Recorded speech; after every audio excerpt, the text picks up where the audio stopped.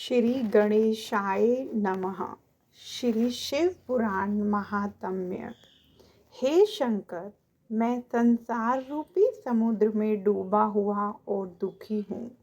मुझे इस संसार सागर से बाहर निकालो। मेरे कर्मों ने मुझे जकड़ रखा है और मैं आपका दास हूँ। कृपया मुझे मुक्ति प्रदान करें। सूत जी कहते हैं, शौनक, जो श्रवण, कीर्तन और मनन इन तीनों साधनों के अनुष्ठान में समर्थ न हो, वह भगवान शंकर के लिंग एवं मूर्ति की स्थापना करके नित्य उसकी पूजा करे तो संसार सागर से पार हो सकता है। वंचना अथवा छल न करते हुए अपनी शक्ति के अनुसार धनराशि ले जाए और उसे शिवलिंग अथवा शिव मूर्ति की सेवा के लिए अर्पित कर दे। साथ ही निरंतर उस लिंग एवं मूर्ति की पूजा भी करे। उसके लिए भक्ति भाव से मंडप, गोपुर, तीर्थ, मठ एवं क्षेत्र की स्थापना करे तथा उत्सव रचाए।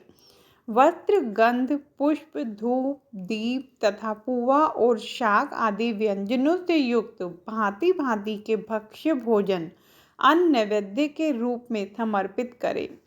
छत्र, ध्वजा, व्यंजन, चामर तथा अन्य अंगों सहित राजोपचार की भांति सब भगवान शिव के लिंग एवं मूर्ति को चढ़ाए। प्रदक्षिणा, नमस्कार तथा यथाशक्ति जप करे। आवाहन से लेकर विसर्जन तक सारा कार्य प्रतिदिन भक्ति भाव से संपन्न करे। इस प्रकार शिवलिंग अथवा शिव मूर्ति में भगवान शंकर की पूजा करने वाला पुरुष श्रवणादि साधनों का अनुष्ठान न करे तो भी भगवान शिव की प्रसन्नता से सिद्धि प्राप्त कर लेता है। पहले के बहुत से महात्मा पुरुष लिंग तथा शिव मूर्ति की पूजा करने मात्र से ही भव बंधन से मुक्त हो चुके हैं। ऋषियों ने पूछा, मूर्ति में ही सर्वत्र देवताओं की पूजा होती है, परंतु भगवान शिव की पूजा सब जगह मूर्ति में और लिंग में भी क्यों की जाती है? सूत जी ने कहा, मुनीश्वरों, तुम्हारा यह प्रश्न तो बड़ा ही विचित्र और अत्यंत अद्भुत है।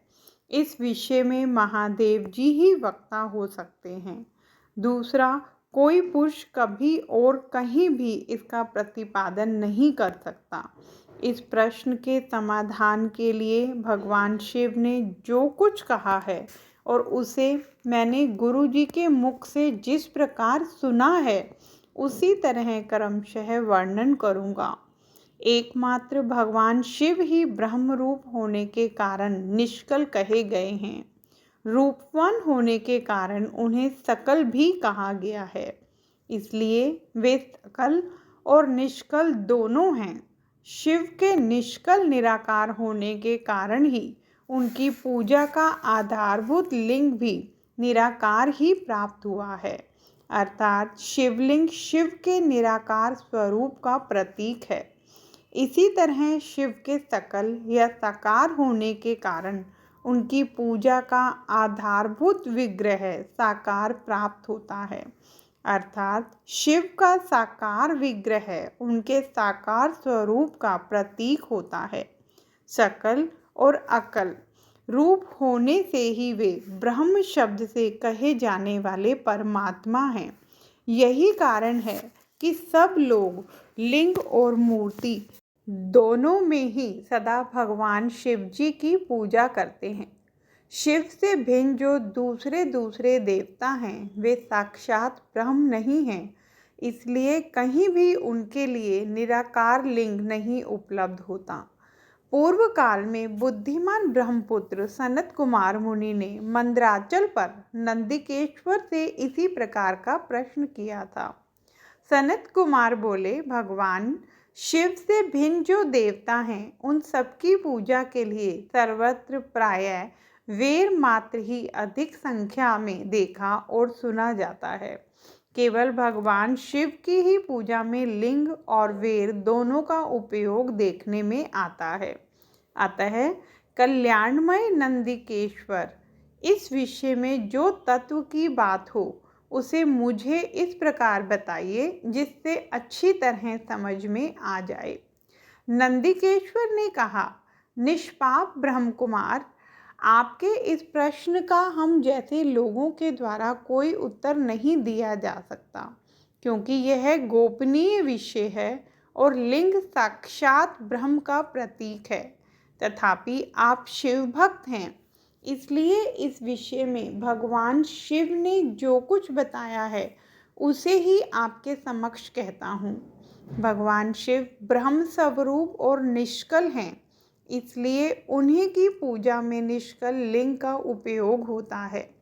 संपूर्ण वेदों का यही मत है।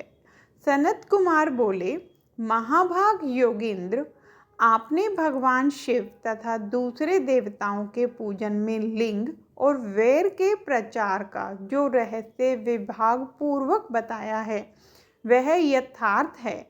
इसलिए लिंग और वैर की आदि उत्पत्ति का जो उत्तम वृत्तांत है उसी को मैं इस समय सुनना चाहता हूँ। लिंग के प्राकट्य का रहस्य सूचित करने वाला प्रसंग मुझे सुनाइए। इसके उत्तर में नंदिकेश्वर ने भगवान महादेव के निष्कल स्वरूप लिंग के आविर्भाव का प्रसंग सुनाना आरंभ किया।